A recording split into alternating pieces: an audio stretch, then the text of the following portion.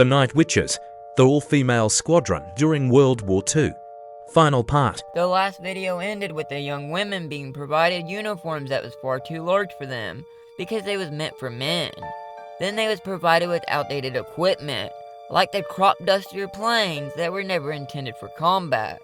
It was literally made out of plywood with canvas pulled over.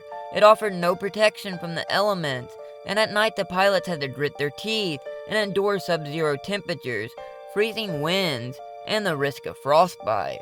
During the harsh Soviet winters, just touching the icy plane carried the risk of having your skin torn right off. Furthermore, the planes were so small that they could only carry 2 bombs at a time, so the Night Witches thus had to run multiple missions, 8 on average during the night.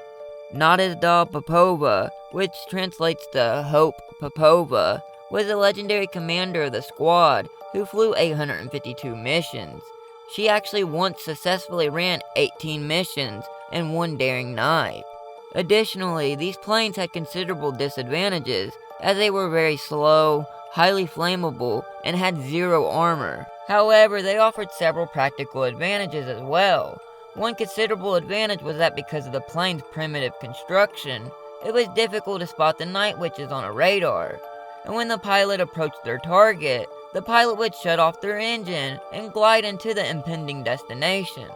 Their gliding speed was so slow that they traveled at half the speed of a parachutist, and on the ground the Germans had little warning, except for the sound of the planes in stealth mode as they glided above their target. The way the pilots used their gliding technique reminded the German soldiers of witches on broomsticks, so they called the stealthy assailants the Night Witches. The Germans became so afraid to even light their cigarettes at night because they didn't want to reveal themselves to the Night Witches. The 588th Regiment heard about their nickname and adopted it as a badge of pride. The Germans were so in awe of the considerable skill of the Night Witches that they actually spread rumors saying the Soviet government enhanced the eyesight of the women with experimental medicine to give them some sort of feline night vision. And the German military actually responded to this by automatically issuing a prestigious Iron Cross medal to any German who was able to shoot down one of the Night Witches. These pilots were women of incredible skill and courage. They even celebrated their womanhood by drawing flowers on the sides of their planes and painted their lips with pencils.